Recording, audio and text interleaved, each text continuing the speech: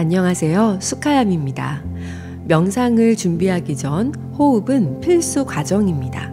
그 점과 관련해서 호흡이 우리 삶에 얼마나 중요한 것인지, 호흡이 왜 수명 연장과 관련이 있는지, 왜 복식호흡을 해야 하는지, 우리가 미처 몰랐던 호흡의 효과에 대해서도 알려드리고자 합니다. 명상을 하기 위해서는 우선 고요한 마음 상태가 준비되어야 하는데요. 명상의 정의는 명상은 집중하고 있는 대상을 향해 의식이 끊어지지 않은 상태를 말한다 라고 요가수트라 경전 3장 2절에 이렇게 정의되어 있습니다.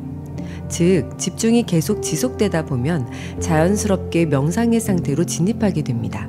그래서 명상은 집중하는 수련의 결과라고 할 수 있습니다. 그런데 산란한 마음 상태에서는 절대로 집중할 수가 없습니다. 집중을 잘 하기 위해서 우선 산란한 마음 상태를 고요하게 만들어야 하는데요. 그러한 이유로 먼저 호흡이 조절되어야 합니다. 우리가 스트레스 상황에 처했을 때 호흡은 짧고 불규칙해지며 우리의 마음을 더욱 산란하게 만듭니다. 내가 화가 난 상태, 흥분한 상태에서 호흡이 어떠한지를 관찰해 보면 숨이 가빠지고 호흡이 굉장히 짧아지는 것을 알아차릴 수 있는데요. 반면에 내가 고요하고 평온한 마음 상태라면 호흡 역시 고요하고 규칙적인 호흡의 상태가 유지됩니다. 그래서 호흡은 내 마음의 상태를 그대로 반영하는 것이고, 마음을 고요하게 평정심을 늘 유지하려면 나의 호흡을 조절할 수 있어야 합니다. 만약 화가 나거나 긴장된 상태에서 나의 호흡을 평온하게 잘 조절할 수 있다면 마음의 상태를 보다 빨리 차분하게 가라앉힐 수 있게 되는 것이죠. 이렇게 호흡 수련을 통해 우리는 일상에서 마주하는 다양한 스트레스와 도전에 보다 차분하고 현명하게 대응할 수 있습니다. 순간적인 감정에 휩쓸리기보다는 평정심을 유지하며 상황을 바라볼 수 있는 여유를 가지게 됩니다. 호흡은 우리 삶에 깊이 연결된 중요한 요소이며 삶의 질과 수명을 연장하는 데도 중요한 역할을 하는데요. 호흡이 왜 수명 연장과 관계가 있는지 쉽게 동물들과 비교해서 알려드리겠습니다. 개들이 빠르게 호흡할 때는 1분에 30회에서 40회 정도를 호흡한다고 하는데요. 개들의 평균 수명은 10년에서 15년 사이입니다. 사람은 1분에 12회에서 많게는 20회 정도 호흡을 합니다. 사람의 평균 수명은 나라마다 다르겠지만 80세 정도라고 합니다. 또 장수동물로도 잘 알려져 있는 거북이는 1분에 2회에서 4회 정도 호흡을 하고, 거북이의 평균 수명은 100년에서 150년 정도라고 합니다. 고래 역시 고래의 종류와 활동 수준에 따라 다르지만 일반적으로 1분에 2회에서 5회 정도 호흡합니다. 고래는 깊이 잠수할 때 한 번에 많은 양의 공기를 흡입한 후 장시간 숨을 참을 수 있으며 평소에는 아주 천천히 호흡을 한다고 하는데요. 향유고래나 북극고래의 경우 보통 1분에 1회에서 2회를 호흡하며 잠수 중에는 몇 분에서 몇 시간 동안 숨을 쉬지 않을 수 있습니다. 북극고래의 평균 수명은 약 200년입니다.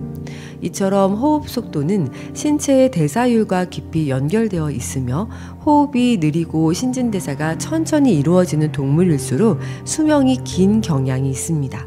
거북이나 북극고래와 같은 장수동물들이 천천히 호흡하고 오랜 수명을 누리는 반면 호흡이 빠르고 대사율이 높은 동물들은 상대적으로 짧은 수명을 가집니다. 우리 인간도 호흡을 통해서 삶의 질을 높이고 나아가 수명을 연장할 수 있습니다. 깊고 느린 규칙적인 호흡, 올바른 호흡은 바로 복식호흡인데요. 복식호흡은 횡격막 전체를 활용해서 하는 호흡법으로 신체의 대사 속도를 조절해 주면서 신체의 긴장을 풀고 마음을 안정시키며 스트레스를 줄여줍니다.